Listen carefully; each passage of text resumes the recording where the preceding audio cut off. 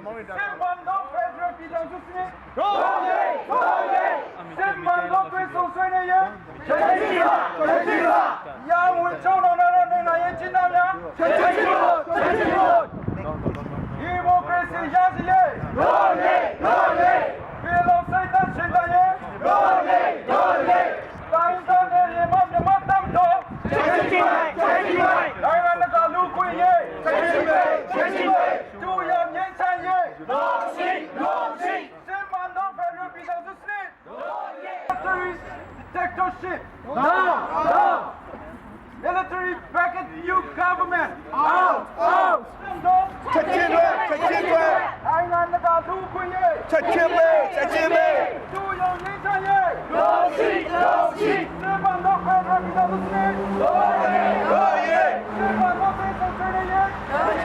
제신사. 야우 저런 나라 내가 예친다냐? 제친로. 일본 대신 야시예. 도예. 디모크레시 야시예. 도예. 디모크레시 야시예. 도예. 빌로 세이탄 신다예. 도예. 빌로 세이탄 신다예. 도예. 빌로 세이탄 신다예. 도예. 나유 잡으나. Stop civil war in Burma. Right now. Stop civil war in that ethnic state. Right now. Stop killing Kachin and ethnic people. No. Offensive against KIA and ethnic groups. Stop. 当边说追求加油，听苦不战，听苦不战，共产缅甸，共产缅甸，共产缅甸，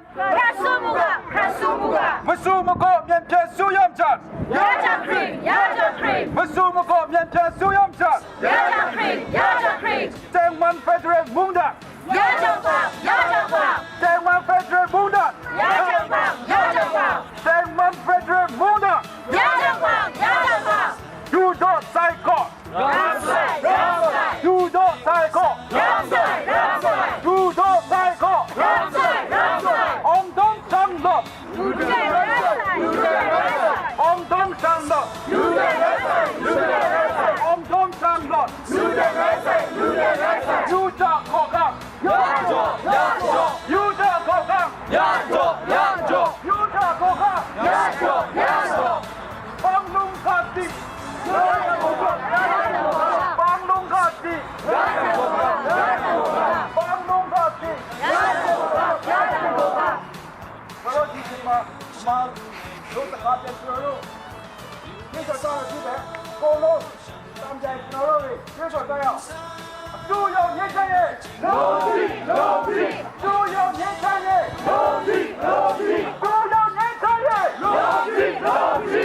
만동 페드럴 비전 수스니 야시예 만동 페드럴 비전 수스니 야시예 만동 페드럴 비전 수스니 야시예 만동 페드럴 소녀예 만동 페드럴 소녀예 만동 페드럴 소녀예 야무이 쳐라 나라 나라에 진다며 야무이 쳐라 나라 나라에 진다며 디모크레시 야시예 디모크레시 야시예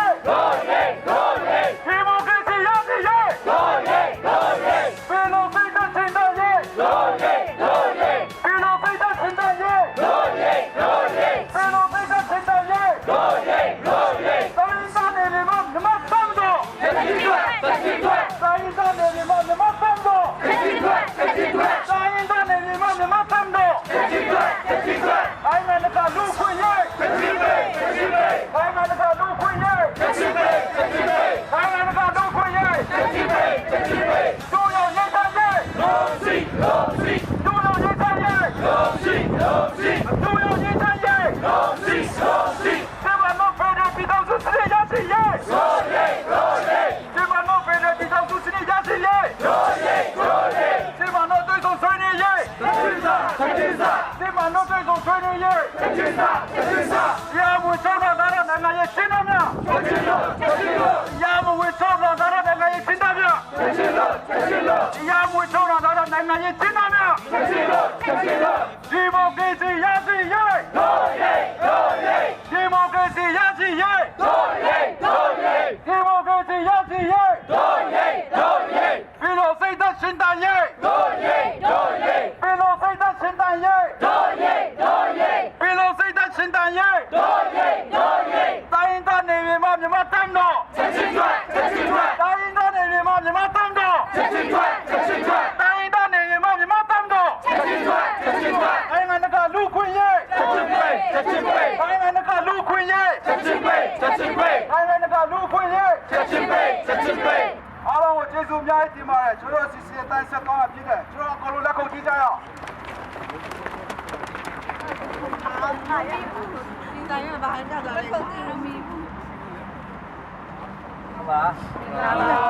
အခုလိုဒီတိုင်းအောင်ရှိမှစာရထုတ်ပေါ်ခွင့်ရတဲ့အတွက်ကျွန်တော်အများကြီးဝမ်းသာပါတယ်ပြီးတော့လည်းစကားပြောခွင့်ပေးတဲ့အတွက်ကျွန်တော်ဝမ်းသာပါတယ်ဘာဖြစ်လဲဆိုရင်တော့ကျွန်တော်တို့အခုဖြစ်ပျက်နေတဲ့မြန်မာနိုင်ငံရဲ့အခြေအနေကိုကျွန်တော်တို့သိရုံနဲ့မကဘူးအားလုံးကသိတယ်ကဘာကသိတယ်ဘယ်လိုဖြစ်ခဲ့တယ်လဲအခုအခြေအနေကအဲကြောင့်မလို့ကျွန်တော်တို့ကတိုင်းသားမြန်မာနိုင်ငံမှာရှိတဲ့တိုင်းသားတိုင်းကဒီစစ်ဆိုးရရဲ့အာဏာရှင်စနစ်အောက်မှာဖိနှိပ်ခံခဲ့ရတာအခုနေမဟုတ်ဘူးကြာခဲ့ပြီနှစ်ပေါင်းများစွာကြာခဲ့ပြီအဲကြောင့်မလို့အခုတည်းကမပြေးပြတ်သေးတဲ့ဖိနှိပ်မှုကိုကျွန်တော်တို့ကမခနိုင်တော့တဲ့အတွက်ဒီလိုစာရထုတ်ပေါ်ခဲ့ရခြင်းဖြစ်ပါတယ်အဲ့ဒါအားလုံးအနေနဲ့သဘောပေါက်ကြမှာဖြစ်ပါတယ်ချက်ချင်းစစ်မော်တော်တိတ်ဆုံဆွေးနွေးရေးချက်ချင်းတရားမကျွန်းတော်ထားတော့နိုင်ငံရေးကျင်းတော်ပြောချက်ချင်းလို့တရားမကျွန်းတော်ထားတော့နိုင်ငံရေးကျင်းတော်ပြောချက်ချင်းလို့ဒီမိုကရေစီရရှိရေးဒီမိုကရေစီရရှိရေးပင်လို့စိတ်သက်ရှင်တာရေးပင်လို့စိတ်သက်ရှင်တာရေးတိုင်းသားနေမြန်မာတပ်မတော်ချက်ချင်းထွက်တိုင်းသားနေမြန်မာတပ်မတော်ချက်ချင်းထွက်နိုင်ငံတကာလူခွင့်ရေးချက်ချင်းပဲနိုင်ငံတကာလူခွင့်ရေးချက်ချင်းပဲအခုလိုကျွန်တော်တို့နယ်သာလန်နိုင်ငံမှာကရှင်ဒီတိုင်းသားကရှင်အဖွဲ့အစည်းမှဥဆောင်ပြီးတော့ကျွန်တော်တို့ဒီတိုင်းသားမျိုးပေါင်းစုံပေါ့အဖွဲ့အစည်းပေါင်းစုံအားလုံးစက်ညီနဲ့ညီနဲ့တက်ကြွနဲ့အခုလိုညီတွေ့ရတာကျွန်တော်တို့အဖွဲ့အစည်းတွေနဲ့အများကြီးဝမ်းသာပါတယ်အခုကျွန်တော်တို့လာရောက်ပြီးတော့ဆန္ဒပြရင်နဲ့ပတ်သက်လို့ကျွန်တော်တို့မြန်မာနိုင်ငံလက်ရှိစစ်ဆိုးကနေပြီးတော့အတွင်ကူးပြောင်းပြီးတော့ရသားအစိုးရဦးသိန်းစိန်လက်ထက်မှာကျွန်တော်တို့တိုင်းရင်းသားပြည်သူတွေအဖိနဲ့အချုပ်ချယ်ခံရတဲ့အမှုတွေပေါင်းများစွာဖြစ်မဖြစ်ရှင်းနိုင်တဲ့ပြဿနာပေါင်းစုံကိုကျွန်တော်တို့တွေ့နေရတယ်လက်ရှိပြဿနာတွေမှာကချင်ပြည်နယ်မှာဗိုလ်လောင်း23ယောက်လက်နက်ကြီးနဲ့အပြစ်ခံရတဲ့ပြဿနာတွေပိုပါကြီးကိစ္စနဲ့တရင်တော့ပိုပါကြီးကိစ္စကိုမတရားညှဉ်းဆဲနှိပ်စက်တပ်ဖြတ်တဲ့အမှုကိစ္စတွေခါတော့ကြည့်ရမှာကရှင်ဆရာကျောင်းဆရာမလေး2ဦးမတရားမရင်းကျင်းတပ်ဖြတ်တဲ့အမှုကိစ္စများလက်ပရောင်းတောင်တော်ခွင်ဝင်းလေသူမတော်ခွင်ဝင်းရဲ့အပြစ်မဲ့လေနေတွေကိုမတရားသိမ်းဆည်းပြီးတော့တပ်ဖြတ်တဲ့အမှုတွေဒီအမှုတွေနဲ့ပတ်သက်လို့အားလုံးမှာတရားဥပဒေစိုးမိုးမှုမရှိတဲ့ကျွန်တော်တို့ဦးသိန်းစိန်အစိုးရကိုကျွန်တော်တို့တောင်းဆိုချင်ပါတယ်ကျွန်တော်တို့လက်ရှိနိုင်ငံမှာကျွန်တော်တို့ပြည်သားတွေတိုင်းရင်းသားပြည်သူတွေအပေါ်မှာမတရားတပ်ဖြတ်နှိပ်စက်ညှဉ်းပန်းနေတဲ့အပြုအမူတွေကိုရပ်စေချင်ပါတယ်ဒါကြောင့်ကျွန်တော်တို့လာပြီးတော့ကျွန်တော်တို့သူ့ပေါင်းပြီးတော့ဆန္ဒပြရခြင်းဖြစ်တယ်ဖြစ်ပါတယ်ဒီနေ့မှာသူရတောင်းဆိုလိုပါရဲ့ဒီစားတစ်ဖက်ရေငုတ်တစ်ဖက်ဘာတစ်ပိုင်းငါတစ်ပိုင်းဒီနေ့တော့သိစိတ်အစိုးရအာဏာရှင်အစိုးရကိုပြောလိုပါတယ်ဒီနေ့ငင်းချင်ရေးကိုတစ်ဖက်နဲ့ပြောနေပြီစစ်ရေးအဖြစ်တိုင်းပြည်ရဲ့ငြိမ်သက်ခြင်းကိုအပြည့်ရှာနေတော့တိုင်းစစ်အစိုးရအများဆုံးကြဆုံးပါကျွန်တော်ပြောလို့ဒီနေ့တိုင်းရင်းသားများအားလုံးရဲ့ကုစား NCCT UNFP FUA အဖွဲ့ကိုကချင်နယ်သာလန်အဖွဲ့အစည်းမှထောက်ခံကြောင်းကိုလည်းရင်းနေရာကနေပြောလိုပါတယ်ဒီနေ့ကျွန်တော်တို့တိုင်းရင်းသားနေနေမှာရိုးစစ်စင်သားတော့ခန်းချထားတော့မြန်မာစစ်ဆိုရတိုင်များအားလုံးကိုစုပ်ပေးဖို့ရတယ်ဒီနေရာကနေပြောလိုပါတယ်ဒီနေ့မတရားစစ်ပိုင်းများကိုစင်နှိုင်းနေပြီးတိုင်းတို့ဒီသားများကိုစိုးပေါ်အောင်လုပ်နေတဲ့ဒေသအစိုးရလူတပ်အစိုးရအမိန်ရလူသားတွေကိုဒုက္ခဆင်းရဲပြောင်းလုပ်တဲ့ဒေသအစိုးရအများဆုံးပြုတ်သွားပါစေဒီနေရာကနေကျွန်တော်စန္ဒပေါ်ထုတ်ပါလေ天空不错，呀将军，呀将军，红山将军，可松嘎，可松嘎，红山将军，可松嘎，不用上，呀将军，呀将军，不住不过，天天不用上，呀将军，呀将军，在湾北边不的，呀将军，呀将军，在湾北边不的，呀将军，呀将军，让赛，让赛，有道赛口，让赛，让赛，有道赛口，让赛，让赛，红中上路，路点来赛，红中上路，路点来赛，路点来赛，呀将，呀将，有家可靠，呀将，呀将，有家可靠，呀将，呀将，黄龙高地，呀将可靠，呀将可靠，黄龙高地。呀将可靠，呀将可靠，都要一成业，努力，努力，都要一成业，努力，努力，都是你亚细耶，热耶，热耶，是马诺反正你都是你亚细耶，热耶，热耶，是马诺对手吹你耶，这群上，这群上，是马诺对手吹你耶，这群上，这群上，那也听到没有？这群路，这群路，也不会吵了，那也听到没有？这群路，这群路，耶，热耶，热耶， democracy 亚细耶，比罗塞的清单耶，热耶，热耶，比罗塞的清单耶，热耶，热耶，比罗塞的清单耶，热耶，热耶，热耶，热耶，比罗塞的清单耶，热耶，热耶，比罗塞的清单耶，热耶，热耶，热耶，热耶，比罗塞的清单耶，热耶，热耶， democracy 亚细耶。热耶，热耶。ဟုတ်ကဲ့အခုလိုကျွန်တော်ဒီနေရာမှာရခိုင်တိုင်းရင်းသားကိုယ်စားလှယ်တရားအနေနဲ့စကားပြောခွင့်ရတဲ့အတွက်ကျွန်တော်အများကြီးဝမ်းသာပါတယ်ကျွန်တော်နာမည်တင်ညာလေးလို့ခေါ်ပါတယ်အခုလိုအေရှန်နဲ့ယာဒီမှာကျွန်တော်တို့ဒီညီကိုမောင်နှမတွေဟာလားဒီကချင်မိသားစုတွေကိုဝိုင်းဝန်းပြီးတော့ကူညီပေးကြတဲ့အတွက်လည်းကချင်မိသားစုကိုယ်စားကျွန်တော်လည်းဝမ်းသာကြောင်းကျေးဇူးတင်ကြောင်းကိုပြောကြားလိုပါတယ်ကျွန်တော်တို့ဒီနေရာကိုလာရောက်တဲ့ကိစ္စကတော့ဟာလားနိုင်ငံတကာစံမျက်နှာမှာ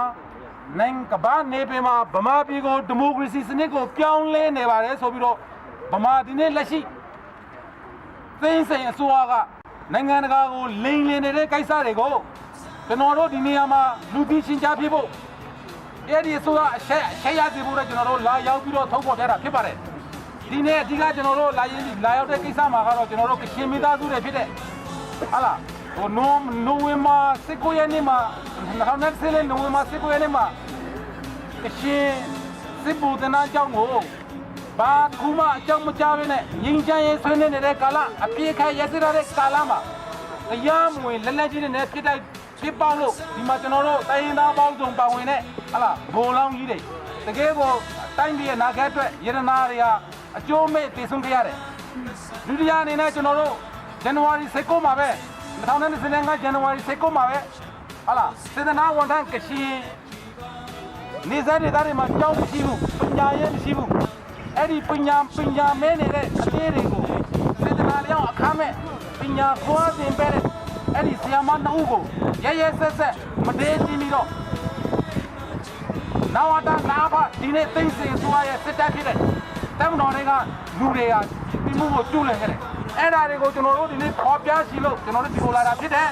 အဲ့ဒါတွေပြီးဗမာတပြည်လုံးတနန်တလျာမှာဖြစ်နေတာတွေအများကြီးရှိပါတယ်ခုနကပြောခဲ့သလိုလက်ပတော့မှာဟာလားနဖူးသေးကိုတင်နှမ်းမအောင်ပြင်နိုင်တဲ့ဆိုတဲ့ဗမာစစ်တပ်တွေရဲ့ဗမာပလိတ်တွေရဲ့လက်ဖြောက်မှုကတော့နိုင်ငံတကာမှာကြီးကျယ်လောက်ပါတယ်ဒီကမတရားသိမ်းထားတဲ့မြေတွေကိုပြည်တော့ပြန်ပေးကြမလဲဒီမြေတွေကိုကဲဒီနေ့ဒီနေ့ပြဿနာပေါင်းစုံကိုဘယ်လိုရှင်းပေးကြမလဲဒီနေ့ကြောင်းသားတွေဟာလားငင်းချမ်းကိုစာသင်ခွင့်ကြားခွင့်ဟာလားလွတ်လပ်ကိုခမ်းမိတဲ့စ စာပညာရေးစနစ်ကိုသင်ကြားခွင့်တောင်းနေတယ်အဲ့ဒါကိုအစိုးရကမလိမ့်တပတ်နဲ့လုပ်ပြီးတော့ကဲကျောင်းသားတွေကိုသပိတ်ရအောင်လုပ်တယ်နောက်ပိုင်းမှာအမြင့်မြင့်နဲ့နှောက်ယှက်မှုတွေလုပ်လာတယ်ဟုတ်လားဆန္ဒပြောင်းမှုတွေလုပ်လာတယ်ကျွန်တော်ဒီနေရာကိုလာတာ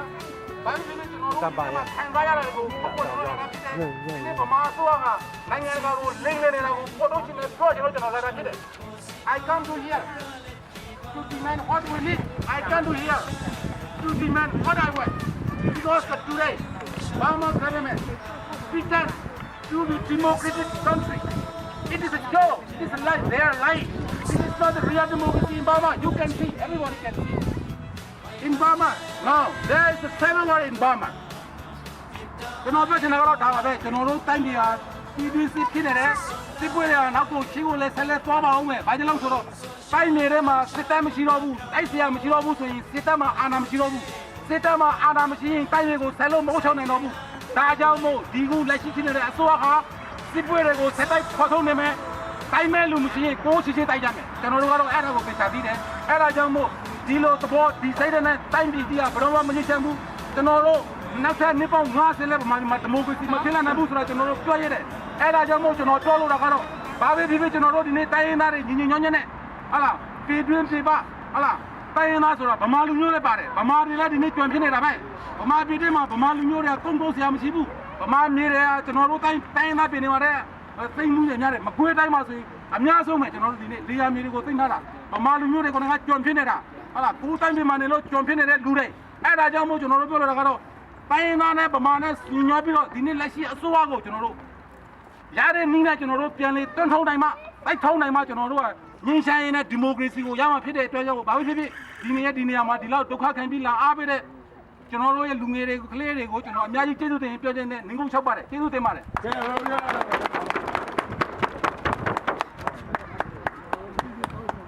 အားလုံးပဲမင်္ဂလာပါကျမတို့ဒီနေ့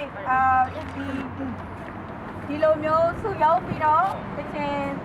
တိုင်းသူတွေနဲ့တူတူလာရောက်ဆန္ဒထုတ်ဖော်ရတာကျမတို့မုံ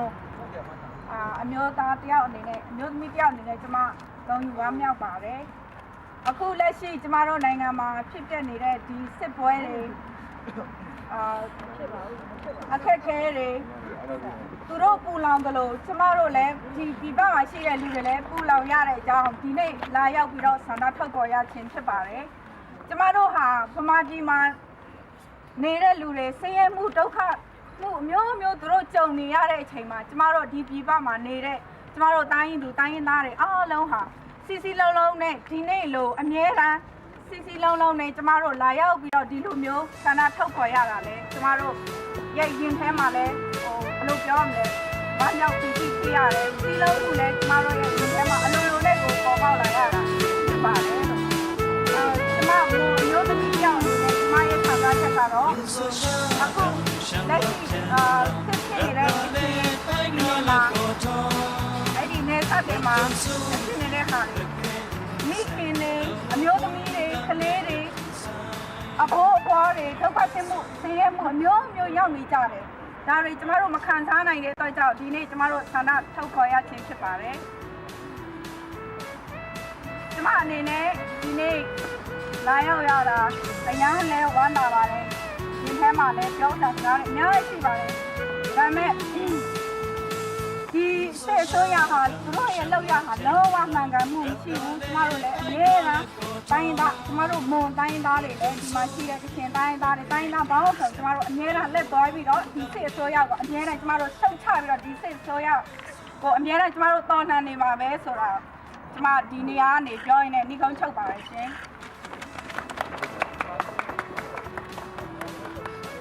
ဒီနေ့ကျမတို့ပြောချင်လဲဆိုဒီနေ့ကျမတို့မြန်မာနိုင်ငံမှာကျမတို့အမျိုးသမီးတွေဟာအယံပဲခိတ်ခိတ်ခရတဲ့အတွက်ကြောင့်ဒီအတွက်နဲ့ကျမတို့အမျိုးသမီးတွေတော့မဟုတ်ဘဲနဲ့ဒီမှာရှိတဲ့ညီကိုမောင်တို့တွေအရင်ကဒီထဲမှာဘယ်လိုခံစားရတယ်ဆိုတာကိုဒီနေ့ တွေ့ရှိရတဲ့အတွက်ကြောင့်ဒီလိုလည်းရရှိနေကျမတို့မြန်မာနိုင်ငံဟာအမျိုးသမီးတွေဟာဒီစစ်သားတွေရဲ့မဒိန်ကျင့်မှုကြောင့်ဒီနေ့ကျမတို့လောလောလတ်လတ်ကျမတို့ကချင်လူမျိုးတွေမှာကြုံတွေ့နေရတယ်ဒီအရာတွေကိုကျမတို့ဒီနေ့ခန်းစားရင်းနဲ့ဒီမှာလာရောက်ပြီးကျမတို့ရဲ့စန္ဒကျမတို့တိုင်းပြည်အခြေအနေကိုလာရောက်ပြီးဖော်ပြခြင်းဖြစ်ပါတယ်ကျမတို့ကချင်လူမျိုးတွေတောင်မဟုတ်ဘဲနဲ့မြန်မာနိုင်ငံမှာရှိတဲ့အမျိုးသမီးတိုင်းဟာဒီအရာတွေကိုအမြဲတမ်းကြုံတွေ့နေရတဲ့အတွက်ကြောင့်ကျမအမျိုးသမီးတယောက်အနေနဲ့ဒီအရာကိုကျမဖော်ပြခြင်းဖြစ်ပါတယ်ဒါကြောင့်ဒီနေ့ကျမတို့မြန်မာနိုင်ငံမှာဒီလိုမတရားနေတဲ့စစ်တပ်တွေကြောင့်ကျမတို့ကချင်လူမျိုးတော်မဟုတ်ဘဲနဲ့ကချင်မျိုးသားအမျိုးသမီးအားလုံးဟာကြဆုံးရတဲ့အတွက်ကြောင့်ကျမအနေနဲ့တကယ်ပဲစိတ်မတာညှိသွားပြီးဝမ်းနေတဲ့အထိမ်းအမှတ်နဲ့ကျမခံစားရပါတယ်ဒါကြောင့်ဒီမှာရှိတဲ့ညီကိုမောင်နှမတွေအားလုံးနဲ့ကျမတို့နဲ့အတူခံစားရမယ်လို့မျှော်လင့်ပါတယ်ဒါကြောင့်မြန်မာနိုင်ငံကိုကျမတို့ဖက်ဒရယ်အနေနဲ့ကျမတို့လိုလားတဲ့သူတွေနောက်ပြီးဒီစစ်အစိုးရဟာကျမတို့အမျိုးသမီးတွေကိုအလုံးပဲနေချင်းပေါ့နော်မဒိတ်ချင်းကိုခံရတဲ့အရာကိုကျမတို့ဒီမှာရှိတဲ့တာယုံရှိမှာကျမတို့လာရောက်ပြီးဆန္ဒဖော်ပြရတဲ့အတွက်ကြောင့်အရမ်းပဲကိုယူဝမ်းသာမိပါတယ်ဆိုတဲ့အကြောင်းကိုပြောချင်ပါတယ် Hallo Dick! Die Bombe und dann kommen wir kurz. 这是啊，温饱宁波来啊，一人人说温饱梦，今来啊，只为你啊无力，那女将苏прин苏爱，安这梦，安这歌，安这说。Antera, Makramako, Mungkan Jung Satut Kringa Luna. Tata. ကျေးဇူးတင်ပါတယ်အခုလိုကျွန်တော်တို့မြန်မာနိုင်ငံလုံးနဲ့ဆိုင်တဲ့ကိစ္စကိုကျွန်တော်တို့မြန်မာပြည်သားတွေတိုင်းသားကချင်ကစပြီးဟောအောက်ဗမာဆိုရရဲ့ list အရာပေါ့135မျိုးဒီလာရောက်ပြီးတော့ဆန္ဒထုတ်ပေါ်ရချင်းဒီရဲ့အကြောင်းရင်းကတော့ပြည်တဲ့အတိုင်းပဲကျွန်တော်တို့မြန်မာပြည်မှာဒီအရတိုင်းလို့ရှိရင်ဘောနော်ဒီကျနေတဲ့ကိစ္စအလုံးကိုကျွန်တော်တို့တိုင်းသားတွေကဘာရှိတဲ့နေရာတိုင်းမှာရှိတဲ့ဗေတိုင်းသားကအငြင်းမခံဆိုတဲ့အကြောင်းကိုဆန္ဒမထုတ်ပေါ်ရချင်းဖြစ်တယ်အခုလိုဒီနေ့တည်းမှာလာပြီးတော့ပေါင်းချတဲ့တိုင်းသားအားလုံးကိုကျွန်တော်တို့ကချင်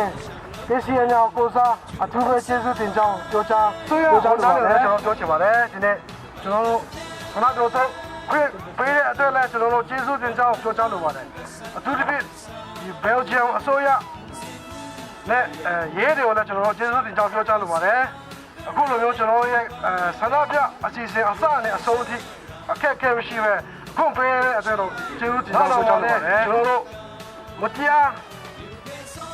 ကိုကိစ္စအဝဝကိုကျွန်တော်တို့အနေနဲ့ငြိမ်းချမ်းတယ်မဟုတ်တဲ့အကြောင်းအခုလိုမျိုးအစီအစဉ်နဲ့ဆက်ပြီးတော့တိုက်သွားမယ့်အကြောင်းဘာပြီးပြောကြလို့ပါတယ်တရားမျှတတဲ့ဒီတာကိုလောက်ဆောင်တဲ့ဆရာပေါ်မှာလည်းကိုရိုချင်းပါရှိခြင်းအဖြစ်အောင်မြင်ခြင်းအဖြစ်ဆိုရင်ဒီကိစ္စကိုလည်းဆက်လုပ်ပါတယ်။ဒါပြီးတော့ဒီနေ့မိုးလေးရကနေစိတ်နာကြီးဘာမှမရှိညမခပဲနဲ့တာပြီးတော့လောက်ဆောင်တဲ့အရာကိုကောင်းမှုစွာနဲ့လောက်ဆောင်ဖို့ပြီးတဲ့အတွက်ကြောင့်လည်းဖတ်မိတော့ရဲ့ကျေးဇူးကိုပြောလို့ရပါတယ်။